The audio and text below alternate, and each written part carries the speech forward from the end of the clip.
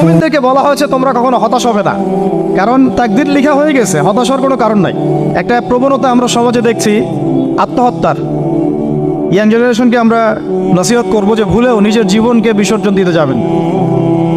আল্লাহ রাব্বুল আলামিন আপনাদেরকে সৃষ্টি করেছেন তার ইবাদত করার জন্য এবং তার জমিনে তার দিনটাকে প্রতিষ্ঠা করার জন্য। খেলায় খেলায় আপনার জীবনটা নষ্ট করবেন না, ঠিক আছে ভাই? আল্লাহ বোঝার তৌফিক দান করেন। তো কলম সৃষ্টি করার পরে কিয়ামত পর্যন্ত সব লেখা হয়ে গেছে। এখন আমাদের এই পৃথিবীতে তো মানুষ ছিল না, ছিল? এদিকে মনোযোগ দেন। এই পৃথিবীতে কি আগে মানুষ ছিল? এই পৃথিবীতে আগে কি ছিল তাহলে বলেন? হ্যাঁ, মাশাআল্লাহ। এই পৃথিবীতে আগে কি ছিল? এখন ওরা নাই? সবার সাথেই কিন্তু একটা করে আছে। কমপক্ষে কয়টা করে? সবার সাথে কমপক্ষে একটা করে। আর কোন কোন জায়গা আছে যেখানে জিনের বড় বড় আখড়া আছে। পৃথিবীতে যে জায়গাগুলো থেকে ইসলাম বিরোধী অপতৎপরতাগুলো চলে, ওখানে জিনের আখড়া বেশি। আর কথা বুঝতে পারছেন? তো জিন জাতিকে আল্লাহ পাক ধ্বংস করে দিয়েছেন তাদের পাপের কারণে, আল্লাহ দ্রোহিতার কারণে, অবাধ্যতার কারণে। এখন আল্লাহ রাব্বুল আলামিন ইরাদা করলেন পৃথিবীতে আমাদেরকে সৃষ্টি করবেন, মানে মানুষকে সৃষ্টি করবেন। আল্লাহ পাক তার সমস্ত ফেরেশতাদেরকে একত্রিত করলেন। ঘটনাটা কিন্তু খুব ইন্টারেস্টিং। আমি জানি এখানে ওলামায়ে কেরামও আছেন, তবে আমি সবার জন্য প্রযোজ্য হয় এমন কথা বলারই চেষ্টা করছি, কারণ অনেকে হয়তো এগুলো নাও জানতে পারে। তো আল্লাহ পাকের ভাষায় আমি যদি বলি, আল্লাহ রাব্বুল আলামিন বলছেন, বা'দা আউযু বিল্লাহি মিনাশ শাইতানির রাজীম, ওয়াইয ক্বালা রাব্বুকা লিল মালাইকা ইন্নী জাইলুন ফিল আরদি খলিফা। হে নবী মুহাম্মদ সাল্লাল্লাহু আলাইহি ওয়াসাল্লাম, তুমি স্মরণ করো সেই সময়ের কথা যখন আল্লাহ তোমার রব সমস্ত ফেরেশতাদেরকে ডেকে বলেছিলেন যে ইন্নী জাইলুন ফিল আরদি খলিফা, আমি জমিনে মানে পৃথিবীতে আমার খলিফা পাঠাতে চাই। কি পাঠাতে চাই? আরো জোরে বলেন। আল্লাহ পাক বলেননি পৃথিবীতে মানুষ পাঠাতে চাই, পৃথিবীতে নতুন কোনো মাখলুক পাঠাতে চাই। আমাদেরকে আল্লাহ পাক সম্মানের শব্দে সম্মানিত করেছেন, বিশেষায়িত করেছেন। আমাদেরকে বলেছেন আমরা আল্লাহর খলিফা, আমরা আল্লাহর খলিফা। এখন আমরা আল্লাহর খলিফা, কিন্তু পৃথিবীতে মানুষ খিলাফা শব্দ সহ্য করতে পারে। হ্যাঁ, কি অদ্ভুত না? এটা কোরআনের কি শেষের দিকে আছে না প্রথম দিকে আছে? সূরা বাকারার একদম শুরুর থেকে 3, 4, 5টা পৃষ্ঠা উল্টালে দেখবেন এই একটা আছে। তো কোরআন তাহলে শুরু থেকে কখনো খুলেও দেখেনি সে ব্যক্তি। প্রমাণ হলো এটা, সে খুলেও দেখে নাই, অথবা দেখলেও সে এড়িয়ে গেছে। আল্লাহ পাক আমাদেরকে বললেন যে পৃথিবীতে আমি আমার খলিফা পাঠাতে চাই।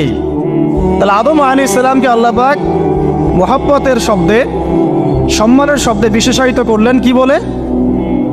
সুবহানাল্লাহ, সুবহানাল্লাহ। আর খলিফা কাকে বলে এটা আমি আপনাদেরকে বোঝাচ্ছি একটা দোয়া থেকে। এই যে গাড়িতে করে আমরা বাসা থেকে আসলাম বা যখন কোনো সফরে যাই, আমরা একটা দোয়া পড়ি, সুবহানাল্লাযী সাখখারা লানা হাযা ওয়া মা কুন্না লাহু মুকরিনিন ওয়া ইন্না ইলা রাব্বিনা লামুনকালিবুন। এতটুকু তো পড়ি নাকি ভাই? এগুলো পড়তে হবে। বইমেলায় এসেছি শুধু লেকচার শোনার জন্য না, ছবি তোলার জন্য। আজকে জীবনটা পরিবর্তন করার নিয়াত করে যাইতে হবে, ঠিক আছে ভাই? বই প্রকাশ করা, ছাপানো, বিক্রি করা, লেখা, এর চেয়ে বড় কথা আমার জীবনটা ইলমের আলোয় আলোকিত করা। আমি বই লিখলাম ধরেন একটা, আমার মধ্যে সেই আমল নাই, লাভ নাই। লাভ আছে? আমি বই ছাপাইছি 100, 200, 500, 1000, আমি নিজেই আমল করি না, হবে?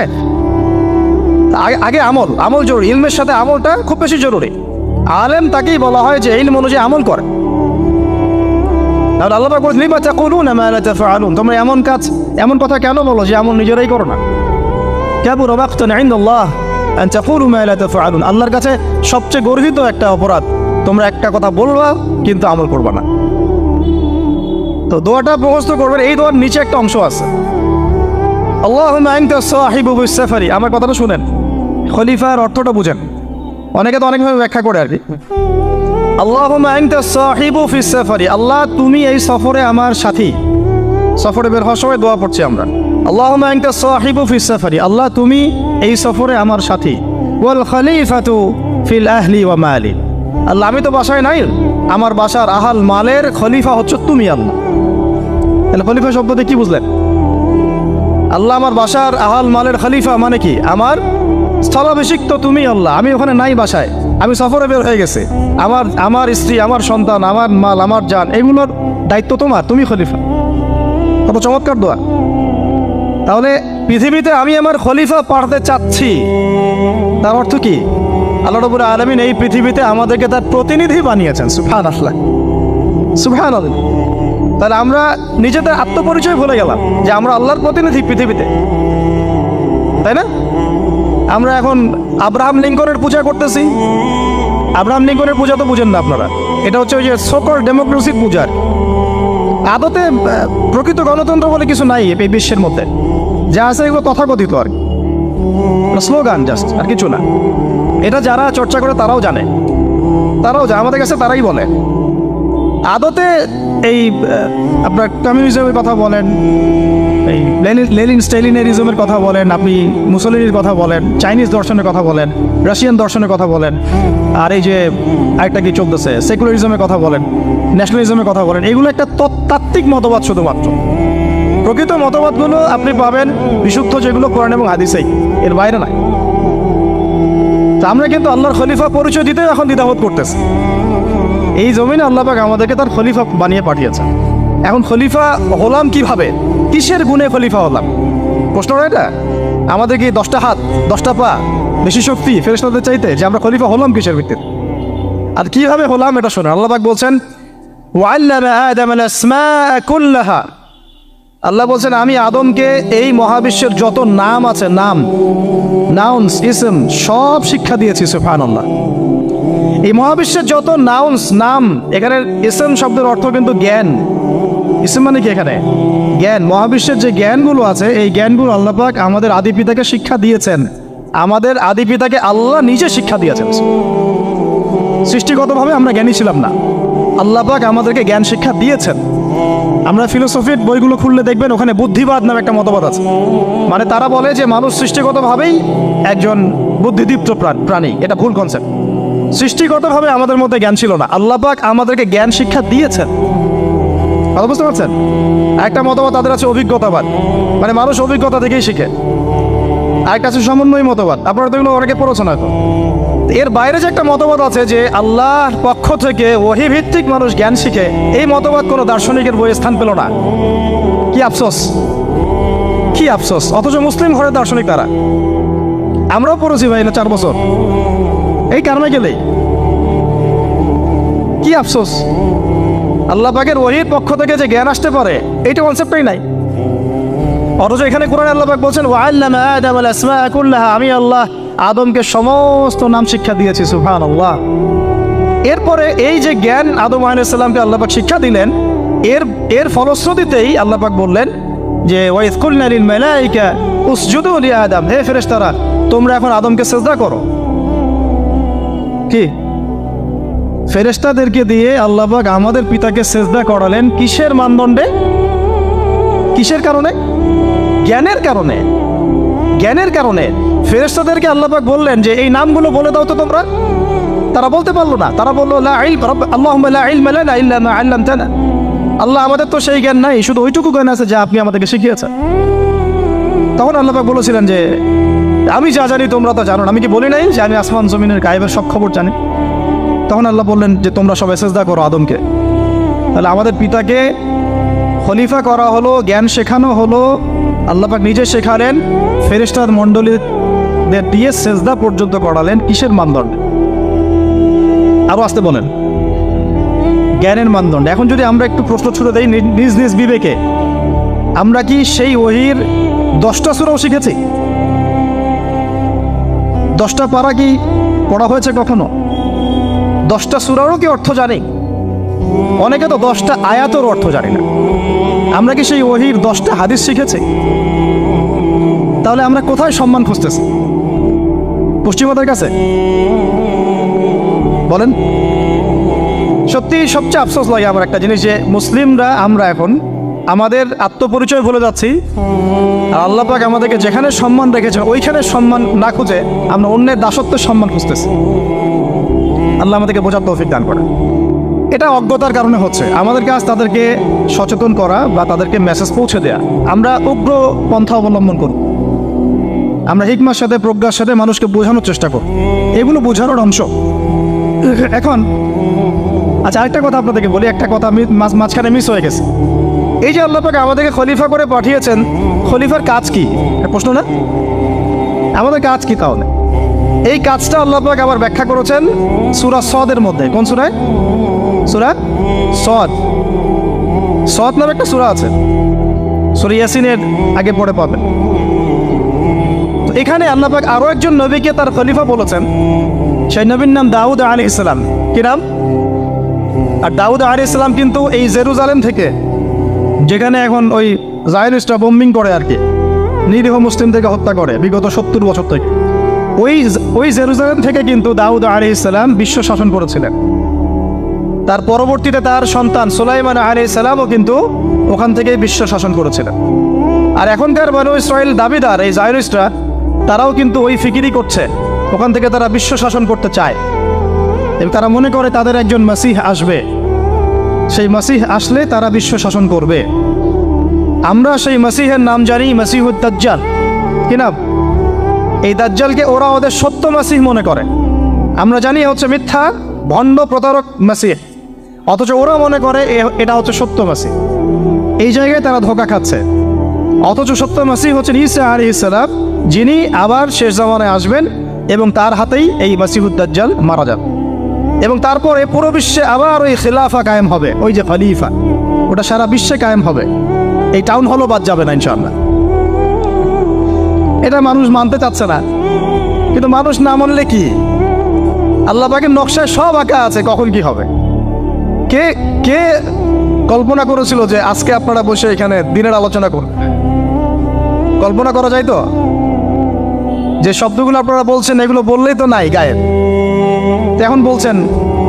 কেউ কি কল্পনা করেছিল যে হঠাৎ করে এমন একটা সময় চলে আসতে পারে? কেউ কিন্তু কল্পনা করেনি, আল্লাহ পাকের নকশায় ছিল। এখানে আমাদের একটা আফসোসের কথা, এখানে মাস্টারমাইন্ড আল্লাহ রাব্বুল আলামিন। প্রকৃত মাস্টারমাইন্ড কে? আমরা ক্রেডিট নেওয়ার প্রতিযোগিতায় ব্যস্ত হয়ে আছি এখন, কার কত ক্রেডিট নেওয়া যায়। এখানে একক ক্রেডিট পাওয়ার যোগ্য কেউ না, সমস্ত ক্রেডিট কার? আল্লাহ রাব্বুল আলামিন। এটা আল্লাহর সাথে গাদ্দারি করতে যায় না, তাহলে ভুল হয়ে যান। কারণ আমি বারবার বলেছি আপনাদেরকে, কোরআন থেকে একটা শিক্ষা আমরা শিখেছি, একটা কম যখন মাজলুম থাকে, দুর্বল মাজলুম জুলুমের শিকার হচ্ছে, আল্লাহ পাক সেই কমটাকে বাঁচান, কোনো না কোনো একজন ত্রাণকর্তাকে পাঠান, কোনো একটা সূরতে আল্লাহ পাক সেই কমকে বাঁচায় দেন। আবার যদি এই নিয়ামতটা পাওয়ার পরে ওই কম আবার এই জুলুম শুরু করে, আবার আল্লাহ দ্রোহিতা শুরু করে, আল্লাহ পাক তার চেয়ে বড় জালেম চাপাই দিন। কথা বুঝতে পারছেন? আল্লাহর সাথে গাদ্দারি করতে যাই না, আল্লাহ পাক আমাদেরকে বোঝার তৌফিক দান করেন। আর খলিফার কাজটা কোথায় পাবেন? কোন সূরায় ভাই বলেন? সূরা সদে আল্লাহ পাক দাউদ আলাইহিস সালামকে খলিফা সম্বোধন করে বলছেন, ইয়া দাউদ। কি চমৎকার আহ্বান! ইয়া দাউদ, হে দাউদ, ইন্না জাআলনাকা খলিফাতান ফিল আরদ। দেখো, আমি আল্লাহ তোমাকে পৃথিবীতে খলিফা করেছি। কি করেছি? খলিফা করেছে। তোমার কাজ কি শোনো। ফাহকুম বাইনান নাসি বিল হক। বোঝার চেষ্টা করেন একজন খলিফার কাজ কি। খলিফা মানে আল্লাহর প্রতিনিধি, জমিনে যে দায়িত্বশীল, অন্য মানুষের উপরে যে দায়িত্বশীল, তার কাজ ফাহকুম বাইনান নাসি বিল হক, মানুষের মাঝে ন্যায় বিচার প্রতিষ্ঠা করবে, এটা তোমার কাজ। তাহলে এখন যারা আমরা এই জায়গায় আছি বা ভবিষ্যতে আসবো, আরও কাল আগাতে থাকবে, সময় আগাতে থাকবে, নতুন নতুন নেতৃত্ব আসবে, সবার ফাংশন একটাই, ফাহকুম বাইনান নাসি বিল হক। আমাদের কাজ হবে মানুষের মাঝখানে কি করা? ন্যায় বিচার, বিচার ফয়সালার ক্ষেত্রে ইনসাফ করা, ন্যায় বিচার করা। তো ন্যায় বিচার তো এখন জাদুঘরে আছে নাকি? হ্যাঁ, কোনো কোনো ক্ষেত্রে আমরা চাই না যে ন্যায় বিচার জাদুঘরে যাক, আমরা চাই আবারও ন্যায় এবং সাম্যের সমাজ প্রতিষ্ঠা। ইনশাআল্লাহ এরপর থেকে আমরা কোনো অন্যায় সহ্য করব না। ইনশাআল্লাহ এরপর থেকে আমরা কোনো জল্লাদতন্ত্র কায়েম করতে দিব না। আমাদের যা আছে তাই নিয়ে প্রতিবাদ হবে ইনশাআল্লাহ। কারণ এখনকার প্রজন্ম প্রতিবাদের ভাষা বুঝে। এখন যদি আপনারা আবার সেই প্রাচীন জুলুমের তন্ত্রের মধ্যে ফিরে যান, তাহলে আল্লাহর গজব চলে আসবে, বড় গজব। তো খলিফার কাজ কি ভাই? কি কাজ বললাম বলেন? মানুষের মাঝখানে ন্যায় বিচার প্রতিষ্ঠা করা। আচ্ছা, আরো আছে, আরো আছে, শেষ হয় নাই। আল্লাহ পাক বলছেন, ওয়ালা তাত্তাবিউল হাওয়া আর ন্যায় বিচার করতে গিয়ে নিজের প্রবৃত্তির অনুসরণ করো না। ন্যায় বিচার করতে গিয়ে নিজের প্রবৃত্তির অনুসরণ করো না, মন গড়া বিধানের অনুসরণ করো না। আমার মামা, আমার চাচা, আমার খালু পার করে দিও না। প্রবৃত্তির অনুসরণ মানে কি? মন যাচাই তাই করো না। ন্যায় বিচার করতে গিয়ে আল্লাহ পাকের বিধান মেনে চলো। আর সূরা মাইদাতে আল্লাহ পাক বলেছেন আয়াত নাম্বার 44, 45, 47-এ, ওয়ামান লাম ইয়াহকুম বিমা আনজালাল্লাহ ফাউলাইকা হুমুল কাফিরুন। যারা আল্লাহ পাকের হুকুম অনুযায়ী বিচার ফয়সালা করে না তারা কাফির। 45-এ গিয়ে আল্লাহ বলছেন ওয়ামান লাম ইয়াহকুম বিমা আনজালাল্লাহ ফাউলাইকা হুমুল ফাসিকুন। যারা আল্লাহ পাকের বিধান অনুযায়ী বিচার ফয়সালা করে না এরা ফাসিক, পাপাচারী। 47 নম্বর আয়াতে গিয়ে আবার বলছেন ওয়ামান লাম ইয়াহকুম বিমা আনজালাল্লাহ ফাউলাইকা হুমুজ জালিমুন। যারা আল্লাহর হুকুম বিধান অনুযায়ী বিচার ফয়সালা করে না এরা জালেম। তো কাফেরও বলেছেন আল্লাহ, ফাসিকও বলেছেন, জালেমও বলেছেন। তাহলে বিচার ফয়সালা করার ক্ষেত্রে আল্লাহ পাকের বিধানকে সর্বোচ্চ অগ্রাধিকার দিতে হবে। নিজের প্রবৃত্তির অনুসরণ করা যাবে না। যদি করে তাহলে কি হবে? ইউদিল্লাকা আন সাবিলিল্লাহ, তাহলে এটা তোমাকে আল্লাহর রাস্তা থেকে সরায় নিয়ে যাবে। এর ফলে কি হবে? জেনে রাখো, ইন্নাল্লাযীনা ইউদিল্লুনা আন সাবিলিল্লাহ লাহুম আযাবুন শাদীদ বিমা নাসু ইয়াউমাল হিসাব। এটা পড়ে দেয়, নিশ্চয়ই যারা আল্লাহ পাকের সরল পথ থেকে বিচ্যুত হয়ে গেছে তাদের জন্যে কাল কিয়ামতের মাঠে আছে আযাবুন শাদীদ। আযাবুন শাদীদ মানে কঠিন কঠিন যন্ত্রণাদায়ক শাস্তি, এই কারণে যে তারা কিয়ামতের দিনটাকে ভুলে গিয়েছে। শাদীদ এর অর্থটা কি এটা বোঝার জন্য আপনাকে সূরা হাদীদ পড়তে হবে। কোন সূরা? আসলে কোরআনের আয়াতগুলো হচ্ছে আকাশের তারার মতো। তারা দেখবেন আকাশের, তারা দেখাও সুন্নত। ইসলাম তো রষ্টহীন ধর্ম না রে ভাই, সবকিছুই আছে এখানে। আসলে আমরা জানি না বলে আমরা মনে করি যে এখানে কোনো বিনোদনই নাই, তাই না? এই গান বাজনা না করলে কি হয়? মন শান্তি হয়? এরকম একটা ভাব। যদি আপনি কোরআনের ভিতর ঢুকে যান, আপনার হৃদয়ে এমন নূর আসবে, এমন তৃপ্তি আসবে যে ওগুলো আপনার শুনতে ইচ্ছা করবে না। আপনি কান বন্ধ করে ফেলবেন, নিজেই বলতেই হবে না।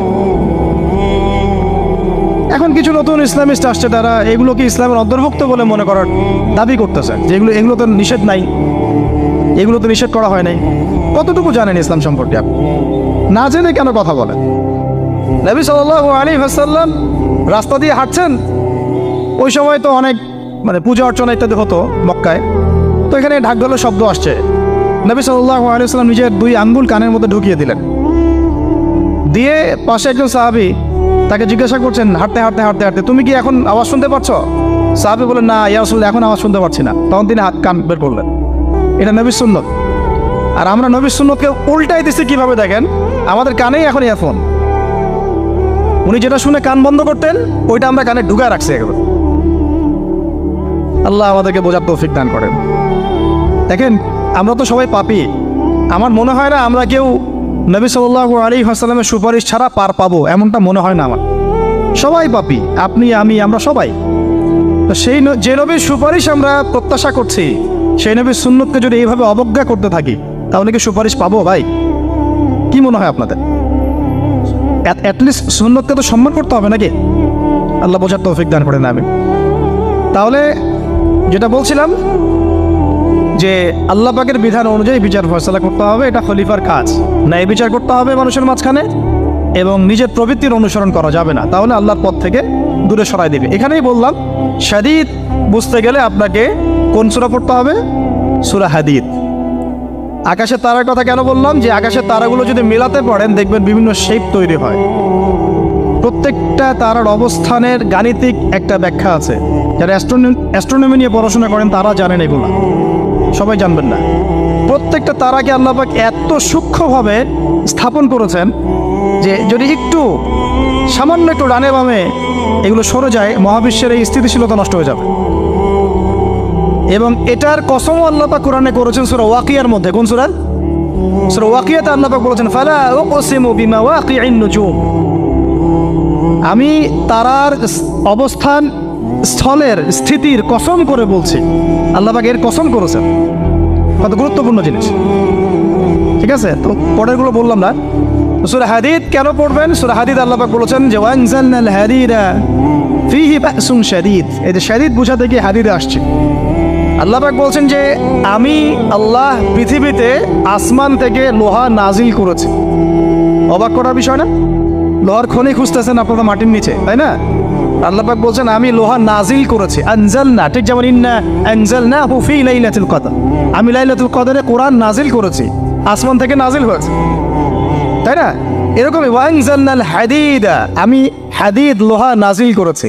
ফিহি বাসুন শাদীদ, যে লোহার মধ্যে আছে কঠিন শক্তি। শক্তি আছে না? আয়রন যে অণু পরমাণুগুলো, এগুলোর শক্তি সবচেয়ে বেশি না? কেমিস্ট্রিতে আপনারা পড়েছেন। তাহলে এখন আল্লাহ পাক বলছেন কিয়ামতের দিন তাদের জন্য আযাবুন শাদীদ, যারা আল্লাহ পাকের খলিফার দায়িত্ব পালন করবে না, যারা খলিফার দায়িত্ব পেয়েও ন্যায় বিচার করবে না, ইনসাফ করবে না, প্রবৃত্তির অনুসরণ করবে, ঠিক আছে, আল্লাহর পথ থেকে বিচ্যুত হয়ে যাবে, তাদের জন্য কিয়ামতের মাঠে এই শাস্তি আছে। তাহলে আমরা কি খলিফা শব্দ বুঝতে পারলাম? আমাদের পিতা যে খলিফা, এটা কি বুঝতে পারলাম? তাহলে এখন বলেন তো, প্রত্যেক নবী কি আল্লাহর খলিফা ছিলেন না? ছিলেন কি না? প্রত্যেক নবী কি আল্লাহর বিধান দিয়ে বিচার ফয়সালা করেন নাই? মানুষের মাঝখানে ইনসাফ করেন নাই? ন্যায় বিচার প্রতিষ্ঠা করেন নাই? এরপরে সাহাবায়ে কেরামের যুগে তারা কি ন্যায় বিচার প্রতিষ্ঠা করেন নাই? তাহলে হঠাৎ করে কি হলো বিশ্ববাসীর মধ্যে যে একেবারে কোরআন হাদিস এর মৌলিক বিষয়গুলো, এগুলো সব পাশ কাটিয়ে আমরা মানব রচিত বিধানগুলোর দিকে চলে গেলাম? রহস্যজনক না বিষয়টা? এটা হচ্ছে দাজ্জালীয় একটা শাসন আসতেছে সামনে। দাজ্জাল নিজেকে খোদা বলে দাবি করবে, সে সমস্ত মানব জাতিকে বোঝাবে যে সেই খোদা, নাউযুবিল্লাহ। সে অনেক ভেলকি দেখাবে, মানুষকে তার দিকে টেনে নিয়ে আসবে। এমনকি সে এক হাতে জান্নাত এক হাতে জাহান্নাম নিয়ে করবে। নবীজি বলেছেন যে তার জান্নাতে প্রবেশ করবে ওটাই তার জাহান্নাম, আর যে তার জাহান্নামে প্রবেশ করবে সেটাই হচ্ছে জান্নাত। তাহলে পুরো বিশ্ববাসীকে আল্লাহ থেকে দূরে সরিয়ে একটা গডলেস ওয়ার্ল্ডে রূপান্তরিত করার একটা তৎপরতা চলছে, লক্ষ্য করতেছেন না? এটা মূলত আপকামিং যে দাজ্জালীয় সভ্যতার ভবিষ্যৎবাণী নবীজি করেছেন, এই দিকেই ওয়ার্ল্ড যাচ্ছে আস্তে আস্তে আস্তে আস্তে ওই দিকে যাচ্ছে। তবে নবীজি এটাও বলেছেন সাল্লাল্লাহু আলাইহি ওয়াসাল্লাম যে আমার উম্মতের মধ্যে একটা তয়ফা, একটা দল, কিছু মানুষ সবসময় হকের উপর অটল থাকবে ইনশাআল্লাহ, কিন্তু তাদের সংখ্যা হবে খুব কম। এখন আমাকে আপনারাই বলেন যে ওই হকের উপর অটল থাকতে হলে আমার সেই জ্ঞান লাগবে কি লাগবে না? বলেন। যেই জ্ঞান আমাদের পিতাকে শেখানো হয়েছে, দেখবেন প্রত্যেকটা মানুষের মধ্যে কিছু প্রতিভা আছে, সৃজনশীলতা আছে, আছে না? একটা বুদ্ধিদীপ্ত একটা তাড়না মানুষের ভিতরে কাজ করে। এটা কোত্থেকে আসছে জানেন? আমাদের পিতার ডিএনএ থেকে আসছে। আমাদের পিতার ডিএনএ থেকে। আমরা কিন্তু সবাই তার সন্তান। এরপরে পৃথিবীতে মানুষ পাপাচারে যখন লিপ্ত হলো প্রচণ্ড রকম, তখন নূহ আলাইহিস সালামকে আল্লাহ পাক পাঠান এবং তিনি প্রায় 950 বছর দাওয়াতের কাজ করলেন। 40টা বা 80টা পরিবার ইসলাম কবুল করল। তখন আল্লাহ পাক এই মুমিনদেরকে বাদ দিয়ে সবাইকে গারদ করে দিলেন, ধ্বংস করে দিলেন। মানে আমরা যারা পৃথিবীতে এখন বেঁচে আছি, যে আপনি আমি, আপনাদের নাম আমি জানি না, আমরা যারা বেঁচে আছি, আমরা কিন্তু কোনো না কোনোভাবে ওই 40 বা 80 পরিবারের সন্তান। আমরা আত্মীয়, কিন্তু আমরা সবাই কিন্তু আত্মীয়, জানেন? 40টা বা 80টা পরিবার বাদ দিয়ে বাকি সব মানুষকে আল্লাহ পাক ধ্বংস করে দিয়েছিলেন নূহ আলাইহিস সালামের মহাপ্লাবনে। ঘটনা জানেন না? 40 বা 80টা পরিবারকে বাদ দিয়ে বাকি সবাইকে আল্লাহ পাক ধ্বংস করেছেন ওই মহাপ্লাবনে। তাহলে এখন এই বিশ্বে যত মানুষ আছে তারা কয়টা পরিবারের সন্তান? ওই 40-80। আমরা কোনো না কোনোভাবে একে অপরের আত্মীয় হই। মুসলিম অমুসলিম সবাই, মুসলিম অমুসলিম সবাই। আমরা যে অসাম্প্রদায়িকতার কথা বলি না, এই শব্দটাকে ভালো অর্থে নেওয়া যায়। কি অর্থে? অন্যান্য ধর্মাবলম্বী মানুষ যারা, তারা তাদের ধর্ম স্বাধীনভাবে পালন করবে, কোনো সমস্যা নেই। আমরা তাদের এই কাজে বাধা দিতে যাব না। একইভাবে আমরা আমাদের ধর্ম স্বাধীনভাবে পালন করব, তারা এখানে কোনো বাধা দিতে পারবে না। সিম্পল। তারা তাদের উৎসব তাদের মতো পালন করবে, আমরা আমাদের উৎসব আমাদের মতো পালন করব। না আমি মূর্তি পাহারা দিতে যাব, আর না আমি মূর্তি ভাঙতে যাব। সিম্পল। আমি পাহারাও দিতে যাব না, ভাঙতেও যাব না। সিম্পল। আমরা কি কুরবানিতে তাদেরকে বলতে পারবো ভাই আসেন আমার বাসায় দাওয়াত খান? এটা হয় কখনো? লাকুম দীনুকুম ওয়ালিয়া দিন। আপনাদের দিন আপনাদের, আমাদের দিন আমার। সিম্পল। এই অর্থে ঠিক আছে। কিন্তু সব ধর্ম মিলে যে নতুন ধর্ম বানানোর চেষ্টা করা হচ্ছে বাংলাদেশে, এটা ঠিক নাই। এটা শুভঙ্করের ফাঁকি। সব ধর্ম মিলে নতুন ধর্ম করার কোনো সুযোগ নাই। আমরা সবাই এক পরিবারের সন্তান। এখন আমাকে বলেন, নূহ আলাইহিস সালামের একটা ছেলে ছিল, নাম জানেন? কি নাম বলেন? কে না না, মাশাআল্লাহ। কয় ছেলে ছিল তার? হ্যাঁ না, মূলত চারজন সন্তান থেকে বড় বড় চারটা গোত্র সৃষ্টি হয়েছে। শাম এক সন্তানের নাম কি? এটাকে কেন্দ্র করে এই যে সিরিয়ান কন্টিনেন্টে, পুরো প্যালেস্টাইন, সিরিয়ান, অ্যারাবিয়ান কন্টিনেন্টে যত মানুষ, তার বংশধর। ঠিক আছে? হাম, একটা সন্তানের নাম হাম। এখান থেকে আফ্রিকার যে কালো কালো মানুষগুলো সব তাদের বংশধর। একটা হচ্ছে ইয়াফাস, ইউরোপিয়ান যারা সাদা চামড়া, সব এদের বংশধর। আরেকটা যে কেনান। এই ছেলেটা কি বলেছিল? বাবা ডাকছে, নৌকায় আসো তাড়াতাড়ি, নৌকায় আসো তাড়াতাড়ি, না হলে আজকে আল্লাহ পাক আযাব দিয়ে ধ্বংস করে দিবে। সে নবীর সন্তান হওয়ার পরেও আল্লাহ প্রদত্ত ওহীর জ্ঞানকে মূল্যায়ন না করার কারণে ধ্বংস হয়ে গেল। আর ওই 40টা বা 80টা পরিবার নাজাত পেল কিভাবে? আল্লাহর পক্ষ থেকে নাজিলকৃত ওহীর জ্ঞানকে প্রাধান্য দিয়ে আনুগত্য করে। তাহলে কোন জ্ঞানকে আমরা প্রাধান্য দিব ভাই? আমি বলছি না যে আমরা দুনিয়াবি জ্ঞানগুলোকে শিখবো না, ওই প্রসঙ্গে আমি একটু পরে আসছি, যে আমরা শিখবো এবং কিভাবে শিখবো, কতটুকু শিখবো। আগে এই অংশটুকু শেষ করি। ঠিক একইভাবে আপনারা কি আদ জাতির নাম জানেন? আদ, সামুদ। ওই যে সৌদি আরব এখন যেখানে লাইন বানাচ্ছে, লাইন প্রজেক্ট, ওই আল ওলা বলে, আল ওলা লাইন প্রজেক্ট বানাচ্ছে, দেখবেন অনলাইনে। ওই জায়গা দিয়ে নবী সাল্লাল্লাহু আলাইহি ওয়াসাল্লাম তাবুক যুদ্ধের সময় গিয়েছিলেন। যাওয়ার সময় তিনি বলেছিলেন, তোমরা মাথা নিচু করে কান্নাকাটি করতে করতে এখান থেকে অতিক্রম করো। সাহাবীরা মাথার উপর কাপড় দিয়ে কান্নাকাটি করতে করতে জায়গাটা পার করেছেন, কারণ ওই জায়গায় সামুদ জাতি ছিল যাদেরকে ধ্বংস করা হয়েছে। ওটা হচ্ছে এখন পর্যটন স্পট। সুবহানাল্লাহ। তো আদ এবং সামুদ জাতিকে আল্লাহ পাক ধ্বংস করলেন, কিন্তু তাদেরকে করেন নাই যারা ওহীর জ্ঞানকে প্রাধান্য দিয়েছেন। ইব্রাহিম আলাইহিস সালাম কোন জ্ঞানের বদৌলতে আল্লাহকে চিনলেন? মানব রচিত জ্ঞান নাকি আল্লাহর পক্ষ থেকে নাজিলকৃত জ্ঞান? বলেন। মূসা আলাইহিস সালাম কোন জ্ঞানের বদৌলতে ফিরআউনের মতো এই যে কি বলবো প্রতাপশালী একজন শাসকের সামনে দাঁড়িয়ে বুক ফুলিয়ে ইসলামের দাওয়াত দিলেন? কোন জ্ঞানের আলোকে? ওহীর জ্ঞান। আর ওহীর জ্ঞান যখন নাজিল করা হয়েছে তখন তিনি দোয়াটা পড়ছিলেন, রব্বি ইশরাহ লি সাদরি ওয়া ইয়াসসির লি আমরি ওয়াহলুল উকদাতাম মিন লিসানি ইয়াফকাহু কওলি।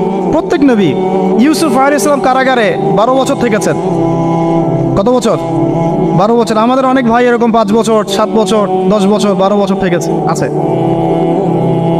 এমনও মানুষ আছে, এখন বলা যায় তাই বলি, যে ওই যে একটা শব্দ শুনেছেন, আয়না ঘর, ওখানে দীর্ঘদিন ছিল, তারপরে নাই, কোথায় গেছে আল্লাহই ভালো জানে। ইউসুফ আলাইহিস সালামও এরকম কারাগারে ছিলেন। কত বছর? 12 বছর। কিন্তু আল্লাহ পাক তাকে এমন একটা জ্ঞান শিক্ষা দিয়েছিলেন, তিনি স্বপ্নের ব্যাখ্যা বলতে পারতেন, যে কোনো স্বপ্নে। রাজা স্বপ্ন দেখলেন যে 7টা গাভী, জীর্ণশীর্ণ গাভী, মোটা তাজা গাভীকে খেয়ে ফেলছে, স্বপ্নের ব্যাখ্যা কেউ দিতে পারেন। কিন্তু ওই জেলখানায় 2 জন ছাড়া পাওয়া মানুষ, ছাড়া পাইছে 2 জন, আর কি 2 জনের মধ্যে একজন বেঁচে আছে, একজন নাই। মানে 2 জন বসে বসে ইউসুফ আলাইহিস সালামকে বলছিলেন যে আমরা একটা স্বপ্ন দেখলাম যে আমার মাথায় রুটি আছে, পাখি এসে রুটি খেয়ে ফেলছে। আর আমি স্বপ্ন দেখলাম যে আমি শরাব পান করাচ্ছি, ব্যাখ্যা কি ইউসুফ? তোমাকে সত্যবাদী বলে জানি। ইউসুফ আলাইহিস সালাম বললেন, তোমার মাথায় রুটি যেটা খেয়ে নিচ্ছে, তার মানে তোমাকে শুলদণ্ড দেওয়া হবে। আর তুমি যে পানি পান করাচ্ছ, তার মানে তুমি নাজাত পাবে, ছাড়া পাবে। হলেও তাই। আর যে নাজাত পাবে তাকে ইউসুফ আলাইহিস সালাম বলে দিলেন যে তুমি রাজদরবারে গিয়ে আমার কথা বলো, আমার কথা আলোচনা করো। তো সে ভুলে গিয়েছিল। পরে যখন এই স্বপ্নটা দেখলো বাদশা, তখন বাদশা সবাইকে ডাকলো, ডেকে বললো যে এই গাভীর স্বপ্নের ব্যাখ্যা কি? তখন এই ব্যক্তির মনে পড়ছে, আর ইউসুফ তো ব্যাখ্যা দিতে পারে। সে গিয়ে ইউসুফ আলাইহিস সালামকে ডেকে নিয়ে আসতেছে যে এই রাজা স্বপ্ন দেখছে, ব্যাখ্যা কি? স্বপ্ন কিন্তু আপনার কাছে শুনে একটা স্বাভাবিক মনে হচ্ছে, আরে গাভীর আবার স্বপ্নের কি ব্যাখ্যা? তখন ইউসুফ আলাইহিস সালাম ব্যাখ্যা দিলেন যে 7 বছর ফসল ফলবে আপনাদের এলাকায়, তারপরের 7 বছর হবে দুর্ভিক্ষের সময়। কিসের সাথে কিসের ব্যাখ্যা? এই জ্ঞান কে শিখালেন তাকে? এই ইন্টারপ্রিটেশনের জ্ঞান কে শিখালেন? তাহলে জ্ঞানের মূল উৎস কে? আমার কথা বলার উদ্দেশ্য কি বুঝতে পারছেন? যত জ্ঞান তার মূল উৎস কে? স্বপ্ন একটা জ্ঞান, যদি সেটা সত্য হয়। আর জেনে রাখবেন, কিয়ামতের আগে আগে মুমিনদের স্বপ্ন বেশি বেশি সত্য হবে। ঠিক আছে? মুসা আলাইহিস সালামকেও সেই আল্লাহ জ্ঞান শিক্ষা দিলেন। ঈসা আলাইহিস সালাম এই কুষ্ঠরোগীর গায়ে হাত বুলালে ভালো হয়ে যায়। হ্যাঁ, অন্ধ ব্যক্তির মানে চোখে হাত বুলালে ভালো হয়ে যায়। এমনকি মৃত ব্যক্তিকে তিনি বলছেন কুম বিইজনিল্লাহ, আল্লাহর হুকুমে দাঁড়িয়ে যাও, দাঁড়িয়ে গেল। এই জ্ঞান কে দিয়েছেন তাকে? দাউদ এবং সুলাইমান আলাইহিস সালাম এই যে পশু পাখির ভাষা বোঝেন, সুলাইমান আলাইহিস সালাম পিঁপড়ার ভাষাও বোঝেন। আপনাদের সায়েন্স কি পিঁপড়ার ভাষা বোঝে? হ্যাঁ, আমরা তো এখন সায়েন্সকে সব কিছুর মানদণ্ড মনে করি, তাই না? সায়েন্স যদি বলে হ্যাঁ তাহলে হ্যাঁ, না বললে না। মানে এমন একটা ভাব দেখেন, সায়েন্সকে আমরা ইলাহ বানাইছি, ইলাহ, উপাস্য। সায়েন্স যদি বলে যে পৃথিবী থেকে অমুক অমুক কোটি কোটি আলোকবর্ষ দূরে একটা গ্রহের সন্ধান পাওয়া গেছে, নাম দিল ধরেন যে আলফা এক্স ওয়াই জেড কিছু একটা, ওখানে হুরপড়ি আছে, হ্যাঁ ওখানে দুধের সাগর আছে, মধুর সাগর আছে, তো মানুষ তখন বিশ্বাস করা শুরু করবে হ্যাঁ হ্যাঁ তাই তো, তাই থাকতেই পারে। নাসা বলেছে না হয়ে পারে, নাসা মন্তব্য করেছে না হয়ে পারে। ওরকম যদি বলে অনেক দূরে একটা আগুনের একটা বিশাল ইয়া পাওয়া গেছে, গ্রহ পাওয়া গেছে, ওখানে আযাব দেওয়া হয়, শাস্তি দেওয়া হয়, ওখানে অন্য মাখলুক আছে, ওদের ভাষায় এলিয়েন আর কি, মানুষ বিশ্বাস করে। এটা আল্লাহ পাক কোরআনে বলছেন যে সুলাইমান আলাইহিস সালাম পিঁপড়ার ভাষাও বুঝতেন, ওই কথা বিশ্বাস করতে চাচ্ছেন। সুলাইমান আলাইহিস সালাম বাতাসে ফ্লাই করতে পারতেন, এটা বুঝতে পারতেছেন, বিশ্বাস করে না। তাহলে ওই প্রযুক্তি না থাকলে এয়ারক্রাফট কিভাবে আবিষ্কার করলেন? যে প্রযুক্তিগুলো পৃথিবীতে চলে গেছে ইতিমধ্যে, ওগুলো ভবিষ্যতেও আসতে পারে। যেমন একটা প্রযুক্তির কথা বলি, সুলাইমান আলাইহিস সালাম বসে আছেন, একজনকে বললেন না সাবার রানী বিলকিসের সিংহাসন কে নিয়ে আসতে পারবে? একজন বললো যে আপনি উঠে দাঁড়াইতে যতক্ষণ সময় লাগে এর মধ্যে নিয়ে আসুন। উনি বললেন যে হবে না, এটাতে হবে না, তুমি স্লো, তুমি 3G 4G না, এত স্লো স্পিডে আমার হবে না। এই কথা বলেন নাই, মজা করলাম আর কি। আমাদের ইউটিউবাররা আবার এই অংশ কাট করে আবার প্রচার করে দিতে পারে। দেখেন কিসের সাথে কি ব্যাখ্যা করবো। কোরআনকে 3Gর সাথে তুলনা করলেন আবু তাহাদ না, ব্যাস কাম সারা দেশে ওইটাই ইস্যু তখন। মহা মুসিবত, মানে বাঙালি জাতির মধ্যে দিন প্রচার করা। আমাদের সালাফদের ভাগ্য ভালো যে তারা আগেই, মানে এই প্রযুক্তি আসার আগেই দুনিয়া থেকে তারা চলে গেছে। মুশকিল না, যত ইস্যু এগুলোর কারণেই সৃষ্টি হয়। তো যাই হোক, প্রসঙ্গে আসি, কোথায় ছিলাম ভাই, যে কথা হারায় ফেললাম। হ্যাঁ হ্যাঁ, আরেকজন বললেন যে না, আপনি চোখের পলক ফেলতে যতক্ষণ লাগে এর মধ্যে দেখবেন সিংহাসন সামনে। সুবহানাল্লাহ, কি প্রযুক্তি বলেন! এই প্রযুক্তির সামনে কি বিশ্ববাসী যেতে পেরেছে? দেখেন সুলাইমান আলাইহিস সালামের বাতাসে ফ্লাই করাটা কিন্তু এখন পৃথিবীতে খুব কমন হয়ে গেছে। আমরা সবাই ফ্লাই করতেছি বাতাসে, তাই না? যদি আপকামিং কোনো সময় আপনি দেখেন যে এইরকম চোখের পলকেই একটা বস্তু আরেকটা জায়গা থেকে এক জায়গায় চলে আসতেছে, আমি অবাক হব না ইনশাআল্লাহ। কারণ কোরআনে অতীতে এই ঘটনার দলিল আছে। বুঝাতে পারতেছি না? এক কথায় সমস্ত জ্ঞানের মূল উৎসকে। এরপরে আসেন, অত আর লম্বা করছি না, আমাদের নবী মুহাম্মদ সাল্লাল্লাহু আলাইহি ওয়াসাল্লাম আসেন। আমরা তো তার উম্মত। 23 বছরে, একটু মনোযোগ দেন, এটা আলোচনার লাস্ট পার্ট, ঠিক আছে? 23 বছরে তিনি পুরো জাহেলিয়াতকে পরিবর্তন করে দিয়েছেন। কত বছরে? 23 বছর। আপনারা কি জানেন যে আইয়ামে জাহিলিয়াতে আসলে কি কি সমস্যা ছিল? কেন ওই যুগটাকে আমরা জাহিলিয়াত বলি? বেসিক্যালি 5-6টা সমস্যা ছিল। কয়টা? 5-6টা। 1 নম্বর শিরক। 1 নম্বর কি? আমার সাথে বলেন। শিরক আমাদের ওয়ার্ল্ডে নাই, এটা তো গ্লোবাল শিরক চলতেছে এখন। শুধু ধর্মীয় শিরক চলতেছে না, কিন্তু এখন শিরক হচ্ছে পলিটিক্সে, শিরক হচ্ছে ইকোনমিক্সে, শিরক এডুকেশনেও আছে, শিরক কালচারের মধ্যেও আছে। কথাগুলো বুঝতে হবে একটু গভীরভাবে। তখন সমস্যা ছিল রিবা, সুদ। এখন নাই। রিবা ছাড়া কোনো সিস্টেম আছে এখন ওয়ার্ল্ডে? আমি গতকালকে একটা হাদিস মোতালা করছিলাম সুদ সংক্রান্ত। নবীজি বলেছেন সাল্লাল্লাহু আলাইহি ওয়াসাল্লাম যে একটা যুগ আসবে সামনে, সুদবিহীন কোনো মানুষই চলতে পারবে না। যে চলতে চাইবে তার গায়েও সুদের ছিটা ফোটা গিয়ে লাগবে। আসে নাই সেই যুগ? সুবহানাল্লাহ, কিভাবে তিনি এত স্পেসিফিকলি কথাগুলো বলতে পারেন? নিশ্চয়ই তিনি এমন একজন সত্তার কাছ থেকে জ্ঞান পেয়েছেন যিনি সব জানেন, অতীত বর্তমান ভবিষ্যৎ, তাই না? এমনকি নবীজি বলেছেন ইমামুল মাহদির সময় যে 10 জন ঘোড়সাওয়ার বের হবে এবং তারা গিয়ে খোঁজ নিতে যাবে যে দাজ্জাল বের হয়েছে কিনা, নবীজি বলছেন আমি সেই 10 জনের নামও জানি, তাদের বাবার নামও জানি। সুবহানাল্লাহ। সুবহানাল্লাহ।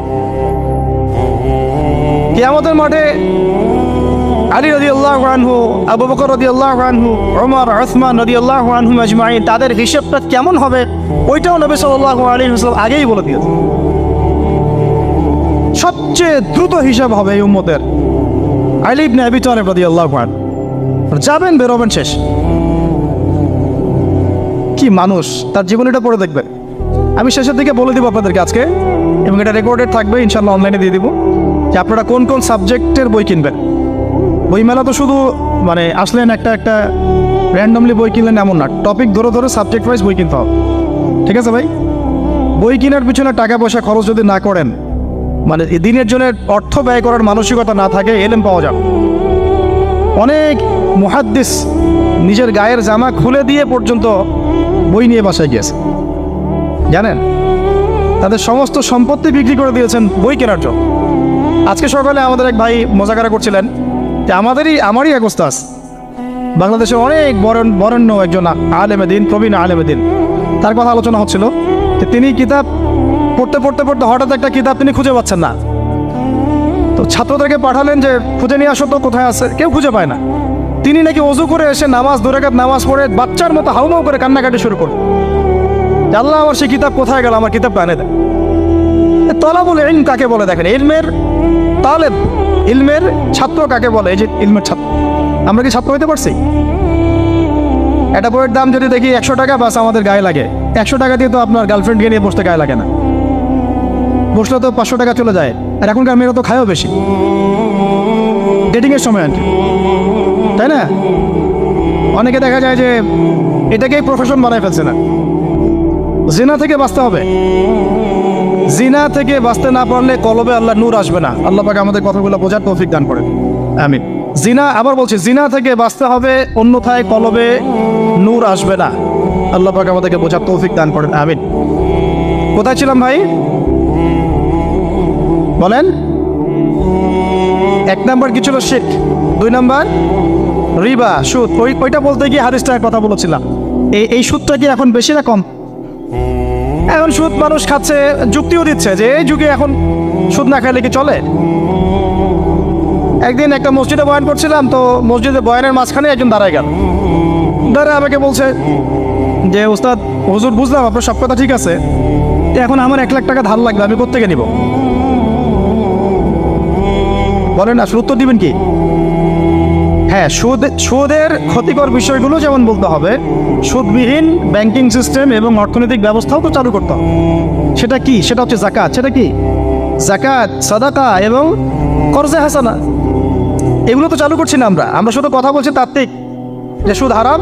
আমিও তো অনেক জায়গায় বলছি, কারণ বলতে হচ্ছে, নাহলে আপনার জানাতে তো হবে। সুদের পাপের সবচেয়ে নিম্ন শাখা হচ্ছে মায়ের সাথে জেনা করা, সর্বোচ্চ শাখা হচ্ছে আল্লাহ এবং তার রাসূলের সাথে যুদ্ধ করা। একটা হাদিস বুখারীতে এরকমও আসছে, বুখারীতে কি তিরমিজিতে, আমি রেফারেন্সটা ভুলে যাচ্ছি, তবে হাদিসটা সহিহ। নবী সাল্লাল্লাহু আলাইহি ওয়াসাল্লাম বলেছেন, যে ব্যক্তি 1 দিরহাম সুদ খায় সে যেন 36 বার জেনা করে। আর আপনারা তো জানেন, এটা আমার বলার দরকার নাই, 4 শ্রেণীর মানুষকে নবীজি অভিশাপ দিয়েছেন, যে নিজে খায়, তারপরে যে সুদ দেয়, যে লিখে রাখে, যে সাক্ষী থাকে। তা আমি বলতে যাচ্ছি, আইয়ামে জাহিলিয়াতে এই সুদটা ছিল, আমাদের এই বর্তমান ওয়ার্ল্ড অ্যাফেয়ার্সে নাই। বাংলাদেশ একটা কান্ট্রি হিসেবে চিন্তা করবেন না, আপনি গ্লোবালি চিন্তা করবেন, কারণ এখন একটা দেশ স্বতন্ত্রভাবে চলতে পারে না। ওয়ার্ল্ড ব্যাংকের সাথে আপনাকে ডিল করতে হবে, IMF এর সাথে। আমি যদি প্রেসিডেন্ট হই, তাও আমাকে করতে হবে, আপনি হলে আপনাকে করতে হবে। তো কথা বলে তো শুধু কথা বলে লাভ নাই, আপনার বিকল্পটা কি? আসলে বিকল্প ব্যবস্থাটা কি? এটা তো মূল কথা। ইকোনমিক্স নিয়ে কতগুলো কিতাব আছে এখানে, ইসলামিক ইকোনমিক্স নিয়ে আমরা কতগুলো কিতাব ছাপাইছি, বর্তমান ওয়ার্ল্ড অ্যাফেয়ার্স নিয়ে আমরা কতগুলো কিতাব ছাপাইছি। নবী সাল্লাল্লাহু আলাইহি ওয়াসাল্লাম বলেছেন, শেষ জামানার সবচাইতে আমার উম্মতের উপর ভয়াবহ ফিতনা হচ্ছে মাসিহুদ দাজ্জাল। কি নাম বলেন?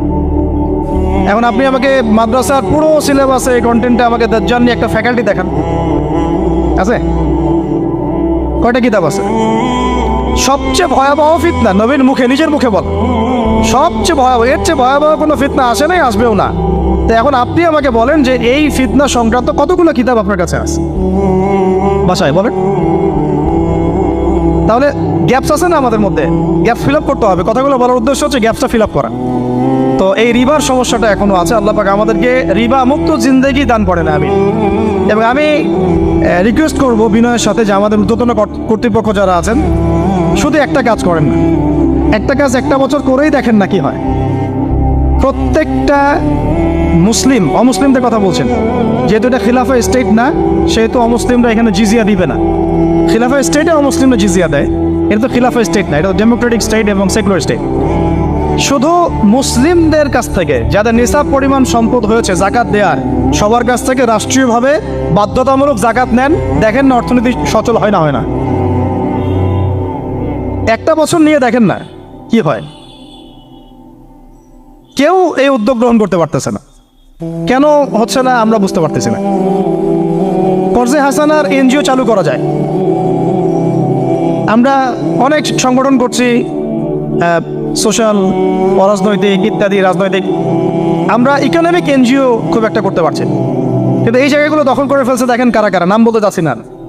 এবং যারা যারা দখল করছে তারা কিন্তু এখন রাষ্ট্রের অনেক বড় বড় জায়গা হস্তক্ষেপ করতেছে।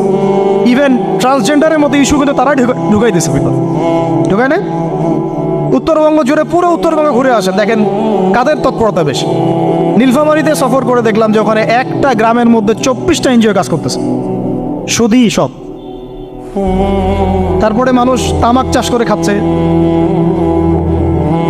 একটা দল দাবি করতেছে নবী সাল্লাল্লাহু আলাইহি ওয়াসাল্লাম ছাড়াও আরও নাকি নবী আসতে পারে, নাউযুবিল্লাহ। এবং ওই যে মির্জা গোলাম আহমেদও তাদের অন্তর্ভুক্ত। মানুষ ওই ধরনের নাম লেখাচ্ছে চাকরির জন্য, ব্যবসা করতেছে তারা দেশের মধ্যে। আরে ভাই, শুধুমাত্র তাত্ত্বিক কথাবার্তা না, আমাদের সংগ্রামটা কিন্তু বহুমুখী। শুধু ইলম অর্জন তো একটা বেসিক জিনিস, এই বেসিকটাই এখনো হচ্ছে না আমাদের। ইলম অর্জনটা বেসিক জিনিস, এটাই হচ্ছে না। এরপরে আপনার অর্থনীতি সমৃদ্ধ করা, সংস্কার করা, সমাজ সংস্কার করা, রাজনৈতিক অঙ্গনগুলোর মধ্যে যে অরাজকতা, এগুলোকে সংস্কার করা, কত কাজ আমাদের। কিন্তু আমরা কিন্তু একটা জায়গাতেও স্থির নাই। ইভেন একটা মাসালাতেও আমরা এক জায়গায় আসতে পারতেছি না, ঐক্যবদ্ধ হতে পারতেছি না। আমরা খুবই ব্যাকডেটেড চিন্তা করতেছি এই জায়গাতে। অথচ আমাদের উচিত ছিল এই প্রবলেমগুলোকে আরও 30-40 বছর আগে সলভ করা। তাহলে এখন হয়তো আপনি ভালো কিছু পেতেন। আমাকে একটা প্রতিষ্ঠান দেখা যেখানে নুরানি থেকে নিয়ে, মানে নুরানি থেকে দাওরা বা ক্লাস নার্সারি থেকে মাস্টার্স, এরকম সিলসিলায় ইসলামিক শিক্ষা এবং জেনারেল শিক্ষাকে একত্রিত করে একটা সিলেবাস মেনটেন করে পড়ানো হচ্ছে। আমাকে কয়েকটা প্রতিষ্ঠানের নাম বলেন, আমি ওখানে আমার মেয়েকে ভর্তি করাবো। আমাকে দেন, রেডিমেড দেন, আমার ছেলেকে ভর্তি করাবো। আমরা ফিকির করতেছি না। এটা হওয়া উচিত ছিল বিগত 30 বছর আগেই। আমি আপনাদেরকে বলি যে প্রকাশনা সংস্থার ভাইরা আছেন অনেকে এখানে। ধরেন আমাদের রংপুরের কোনো ভাই আপনাদেরকে পুরো 1 বিঘা জমি দিল, বা ধরেন 5 বিঘা জমি দিয়ে দিল, ঠিক আছে? আর আমরা সবাই মিলে দেশবাসীর কাছ থেকে টাকা কালেক্ট করে একটা কনস্ট্রাকশন দাঁড় করে প্রতিষ্ঠান দাঁড় করালাম, একেবারে অনার্সে, মানে নুরানি থেকে নিয়ে, মানে প্লে গ্রুপ থেকে নিয়ে মাস্টার্স, এরকম ফ্যাকাল্টি আর করলাম। এখন ভাই আপনারা যারা বই প্রকাশ করতেছেন, আমাকে কি আপনারা বই দিতে পারবেন? প্রত্যেকটা ক্লাসে আমি কোন কোন বই পড়াবো পারবেন?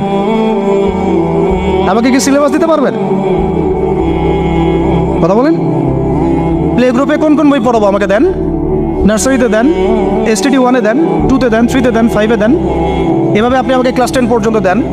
তারপরে কি আপনি আমাকে অনার্স, মাস্টার্স, এই ফ্যাকাল্টিগুলো আলাদা আলাদা, এগুলো কি ইউনিভার্সিটি আদলে আপনি কি আমাকে সাজা দিতে পারবেন? আমরা জায়গা দিব, টাকা দিব, প্রতিষ্ঠান করে দিব। প্রকাশনা সংস্থা থেকে কি আমরা এতটুকু পেতে পারি? তাহলে কাজের ক্ষেত্র আসলে কোনগুলা? আজকে আদনান ভাইয়ের একটা বই নিয়ে পড়তেছেন, কালকে অমুক ওস্তাদের একটা বই নিয়ে পড়তেছেন, আজকে এইটা, কালকে সেইটা। কনস্ট্রাকটিভ পড়াশোনাটা কোথায়? ধরেন এই যে আমাদের এক ভাই, পরিচিত ভাই, ওই ভাই যদি বলে যে আমি ভাই একসময় দিনের পথে ছিলাম না, এখন ইসলামের পথে আসছি, তো আমি এখন আলেম হইতে চাই। কি হইতে চাই? আলেম হইতে চাই, কিন্তু আমার মাদ্রাসায় পড়ার কোনো সুব্যবস্থা নাই। আচ্ছা, এখন কি তাকে আমরা 5 বছর বা 10 বছরের মধ্যে আলেমের সমপর্যায়ে নিয়ে যেতে কি পারবো? সেই সিলেবাস কি আমার কাছে আছে? বলেন। অথচ বিশ্বাস করেন, আরবি ভাষা না জানলে কেউ কোরআন জানতে পারবেই না। আমি এখন এটা শক্ত করে বলি যে কোরআন শেখা যেমন ফরজ, আরবি ভাষাটা শিক্ষা করাও ওয়াজিব। এখন আমাদের 80% জেনারেল শিক্ষিত ছেলে পেলে কীভাবে আরবি শিখবে?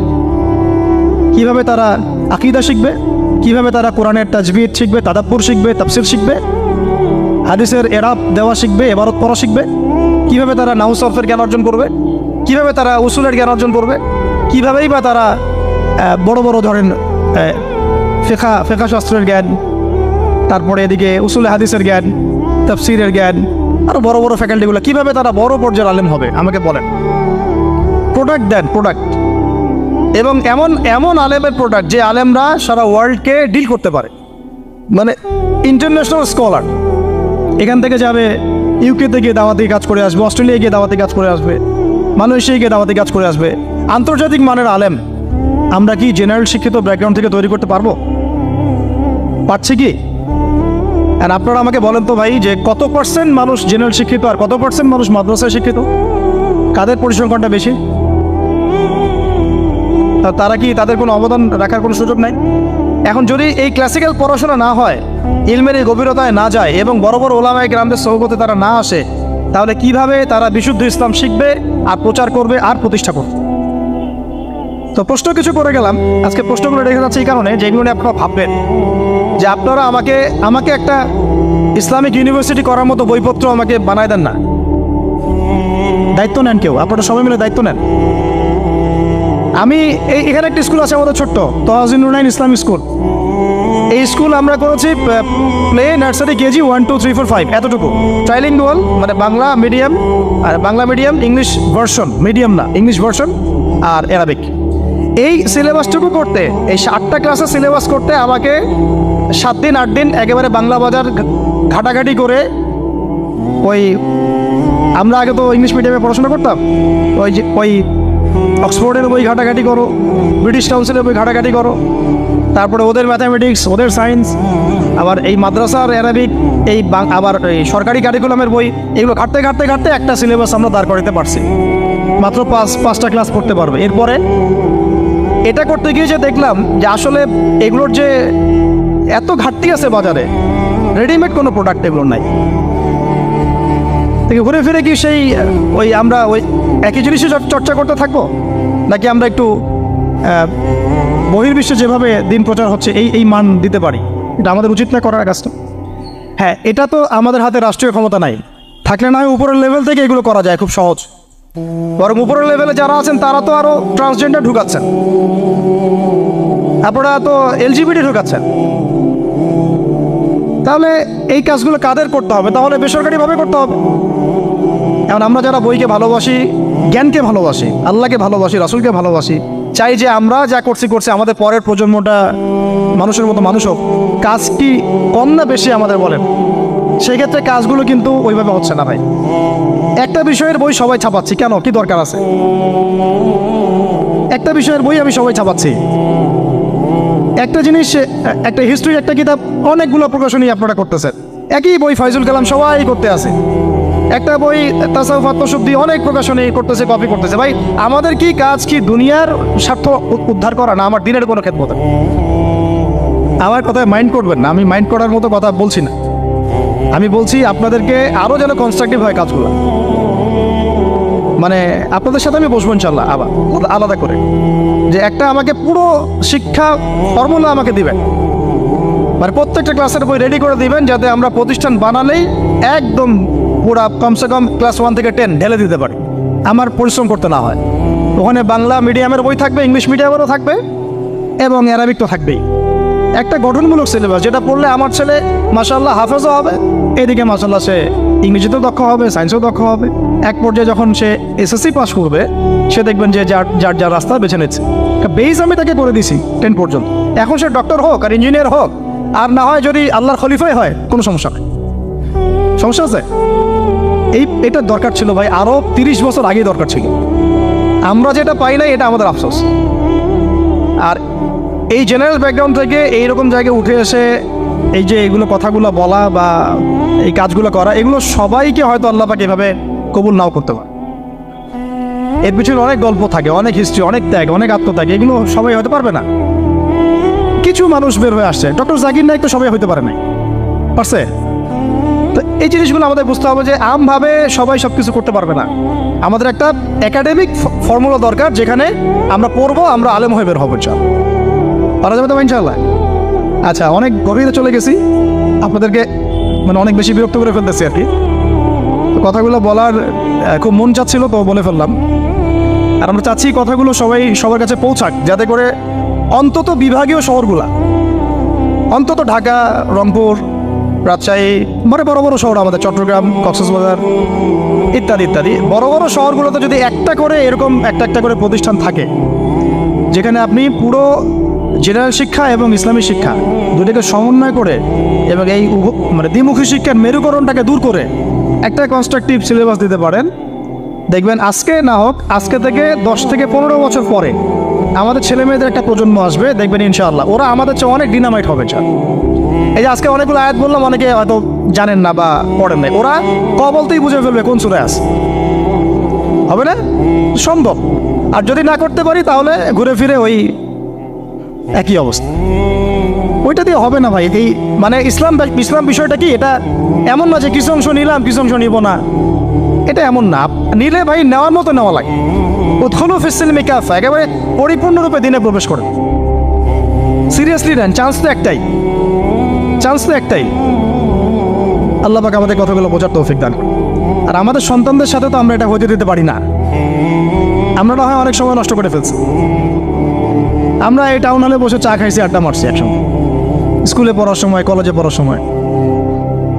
এবং এখানে কি হয় না হয় আমি খুব ভালো করে জানি। এবং আমাদের সময় এমন কিছু হতো না যেটা এখন হোমোসেক্সুয়ালিটি, এখন এখানে হোমোসেক্সুয়ালিটি হয়। তাহলে বলেন এগুলো আমাদের জিম্মেদারি না? আচ্ছা, রংপুরে, অন্তত রংপুরের শহরে এইরকম উদ্যোগ নিতে পারবেন কারা কারা হাত তুলেন দেয়? আমি যে কথাগুলো বললাম, কার কার সাহস আছে? এগুলো তাত্ত্বিক কথা বলে চলে গেলে কাজ হবে না। বইমেলা একবার হয়েছে, এরপরের বইমেলা না হয় আপনাদের প্রতিষ্ঠানের ক্যাম্পাসে করবেন, সমস্যা কি? রংপুরে অন্তত পক্ষে এরকম একটা ক্যাম্পাস গড়ে তোলেন, যার যা আছে তাই নিয়ে নামেন। কারো অর্থ থাকলে, কারো জমি থাকলে, কারো বুদ্ধি থাকলে, কারো প্রকাশনা সংস্থা থাকলে, কারো টিচার প্যানেল থাকলে আসেন, রংপুরে একটা কিছু করে দেখাই। আর সবাই যদি তাকায় থাকি একজনের দিকে, যে আদনান ভাই করবে, অমুক ভাই করবে, তমুক ভাই করবে, তারও তো হলো না। কারণ আমরা তো কারো উপর নবী হয়ে আসি নাই। সবাই মিলে হাত লাগালে তখন কাজ করা যাবে ইনশাআল্লাহ। এখন এই প্রতিষ্ঠানগুলোর দরকার আছে না নাই? এর গুরুত্বটা বোঝার যোগ্যতা আল্লাহ পাক আপনাদেরকে দান করেন, দোয়া করি আমি। তো ভাই আর লম্বা করতেছি না, আমি শেষের অংশটুকু বলে শেষ করে দিচ্ছি যে এই সুদ আর শিরক যেমন ওই সময় ছিল এখনও আছে।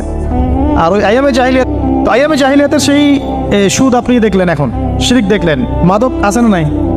আইয়ামে জাহিলিয়াতের মাদক, আইয়ামে জাহিলিয়াতের এই নারী জাতির অবমাননা আছে না সমাজে? নাই? ব্যাখ্যা করতে যাচ্ছি না, আপনারা জানেন সব। আর আইয়ামে জাহিলিয়াতে ছিল একটা গোত্রীয় হানাহানি, দ্বন্দ্ব, মারামারি, এখন সমাজে নাই? এটাই তো চলতেছে এখন সমাজে। তো এখন এই জাহেলিয়াতের সমাজটাকে মাত্র 23 বছরের মধ্যে আমাদের নবীজি চেঞ্জ করে দিয়েছে। কত বছর? এখন আপনারা আমাকে বলেন তো যে তিনি কি কোনো জাদু করছেন? তিনি কি কোনো জাদু দেখাইছেন সমাজে এসে? মানুষকে মারছেন? মানুষকে কি তিনি মানে কঠোর ছিলেন? তিনি, তার কাছে আল্লাহর ফেরেশতা আসতো, তিনি কি সেই শক্তি কাজে লাগায় একদম সমাজের মানুষকে জোর করে ইসলাম কবুল করাইছেন? তিনি কি করছেন 23 বছরে? এটা বলে শেষ করে দেব। তবে তার আগে শুধু এতটুকু বলবো, 23 বছর পরের মক্কাটাকে একটু দেখেন। 23 বছরের পরের মক্কাটাকে একটু দেখেন। ওই মক্কাতে কি কোনো শিরক আছে? হ্যাঁ, 23 বছর পরের মক্কা, ওখানে কি কোনো শিরক আছে? ওখানে কি কোনো সুদ আছে? কোনো মাদক আছে? বলেন। কোনো নারীর অবমাননা আছে? কোনো গোত্রীয় হানাহানি আছে? তার 23 বছরের মধ্যে পুরো সমাজটাই চেঞ্জ করলেন কিভাবে? জাদু তো করেন নাই, মানুষকে তো অত্যাচার করেন নাই, কটু কথাও বলেন নাই, এমনকি তিনি কারো গায়ে হাতও তোলেন নাই, তাই না? একটা কাজই তিনি করেছেন, সেটা হলো এই যে কোরআন এবং সুন্নাহর যে জ্ঞান, এই ওহীর জ্ঞানটাকে তিনি সবার মাঝখানে ছড়াই দিয়েছেন।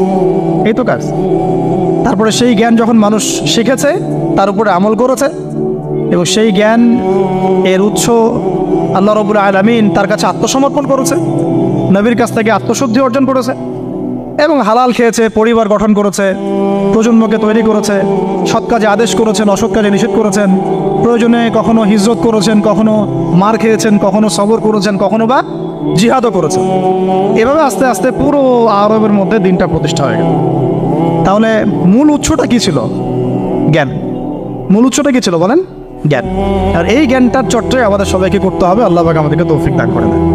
এর চর্চা করতে গেলে আমাদের সমাজে এখন দুইটা রাস্তা, এর বাইরে আপনি কোনো রাস্তা দেখবেন না, হয় মাদ্রাসা ব্যাকগ্রাউন্ড অথবা জেনারেল ব্যাকগ্রাউন্ড, এই তো সমন্বিত কোনো প্রচেষ্টা খুব বেশি দেখা যাচ্ছে না। আজকে আমার কথা বলার মধ্যে একটা অন্যতম একটা গুরুত্বপূর্ণ পার্ট হচ্ছে সমন্বিত প্রচেষ্টা এখন থেকে নেওয়া উচিত। এতে আপনারা এগ্রি করেন না করেন না? যদি এগ্রি করেন তাহলে প্রত্যেকটা জায়গায় এরকম কিছু কিছু প্রতিষ্ঠান গড়ে তোলার চেষ্টা করেন। ইনশাআল্লাহ আজকে না হোক, আজকে থেকে 10-15 বছর পরে ফলাফল পাওয়া যাবে। ঠিক আছে ভাই? আল্লাহ পাক আমাদেরকে বোঝার তৌফিক দান করেন। শেষ করার আগে খালি কয়েকটা সাবজেক্ট বলবো। এখন যারা জেনারেল স্টুডেন্ট, আপনাদের তো মাদ্রাসায় যাওয়ার কোনো সুযোগ নাই, বা গেলেও আপনারা একাডেমিক্যালি পড়তে পারেন না।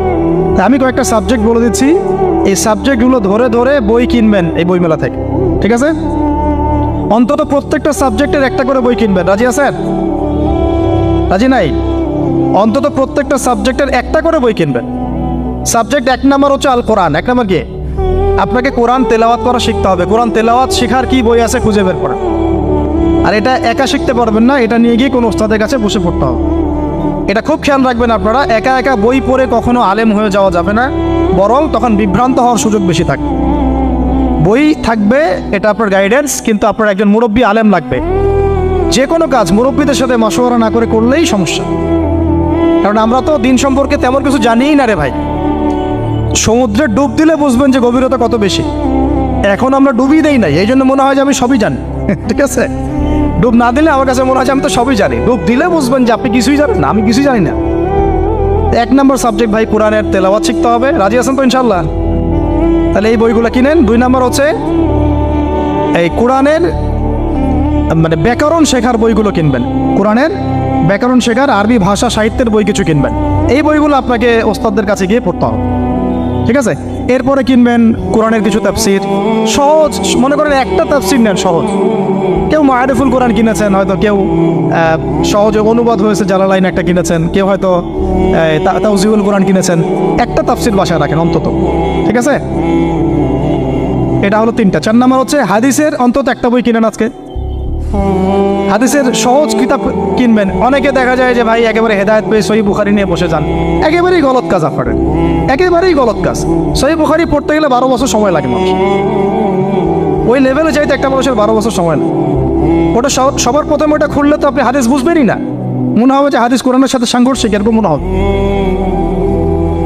সহজ থেকে 1 লাফে কি আমরা ক্লাস 10-এ যাই? আগে তো ক্লাস 1-এ ভর্তি হয়েছেন, তাহলে হাদিসের শাস্ত্রে আসছেন, আগে বুখারী ধরতে গেলেন কেন? সবার আগে আপনি মৌলিক কিছু হাদিসে আরবাইন কিনেন, ফয়জুল কালাম কিনেন। আস্তে আস্তে আপনি বুলুগুল মারামে যান, রিয়াদুস সালিহিনে যান, মিশকাতে যান। আস্তে আস্তে আপনি তিরমিজি নাসাই করতে করতে সহিহ বুখারীতে যাবেন, সমস্যা নাই। ঠিক আছে? হাদিস আরেকটা বললাম, কটা হলো? 4টা-5টা। হ্যাঁ, আগে বল কি কোরআন, আরবি ভাষা সাহিত্য, তারপরে তাফসীর আর হাদিস। 4টা বলেছে। 5 নম্বর হচ্ছে সিরাত। 5 নম্বর কি? নবীর জীবনী যে পড়ে নাই সে নবীকে চিনে না। নবীর জীবনী না পড়লে না কোরআন বুঝতে পারবে না আর হাদিস বুঝতে পারবে। তো নবীর জীবনের অন্তত একটা বই কিনে যান এখান থেকে, অন্তত একটা।